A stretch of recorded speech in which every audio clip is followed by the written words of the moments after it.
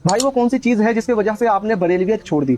मेरे भाई वो एक जुमला है जो मैंने डॉक्टर जाकिर नाइक की जुबान से सुना था कि नबी अलैहिस्सलाम से भी मांगना हराम है। तो मैं हैरत में पड़ गया, मैं डर गया कि नबी अलैहिस्सलाम के बारे में ये बात आ रही है और हम तो उन बाबों को पुकारते थे जिनके बारे में ना कुरान में कोई बात है ना हदीस में। तो मैं तहकीक में लग गया और जब मैंने कुरान को समझ के पढ़ा तो समझ में आया कि इन लोगों ने तो हमें कहीं और ही लगाया हुआ था। अल्लाह का फजल हुआ मेरे ऊपर, अल्लाह ताला ने हिदायत दी मुझे और सीधा रास्ता दिखा दिया। तो हम क्यों किसी बाबे को, पीर फकीर बुजुर्गान दीन को मदद के लिए पुकारें जबकि अल्लाह के नबी के बारे में कुरान में ये बात आ रही है। सूरह अल अराफ की आयत नंबर 188 में कि ए नबी आप फरमा दीजिए, लोगों से कह दीजिए कि मैं खुद अपनी जान के ऊपर नफे और नुकसान का मालिक नहीं हूँ। जब नबी अलैहिस्सलाम अपनी जान के ऊपर नफे और नुकसान के मालिक नहीं है तो किसी दूसरे को वो क्या नफा दे सकते हैं? अल्लाह ताला ने फिर कहलवाया सूरह जिन की आयत नंबर 21 में कि ए नबी फरमा दो, लोगों से कह दो कि मैं तुम्हारे ऊपर भी किसी भी तरह का कोई भी नफे और नुकसान का इख्तियार नहीं रखता। जब नबी अलैहिस्सलाम से ये बात अल्लाह ताला ने कहलवा दी तो हम किसी बाबे को, पीर फकीर बुजुर्गान दीन को क्यों मदद के लिए पुकारें? और अगर कोई जिद में आ जाता है, अल्लाह को छोड़कर दूसरों को मदद के लिए पुकारता है तो वो तकब्बुर कर रहा है। और अल्लाह ताला ने सूरह मुमिन की आयत नंबर 60 में फरमाया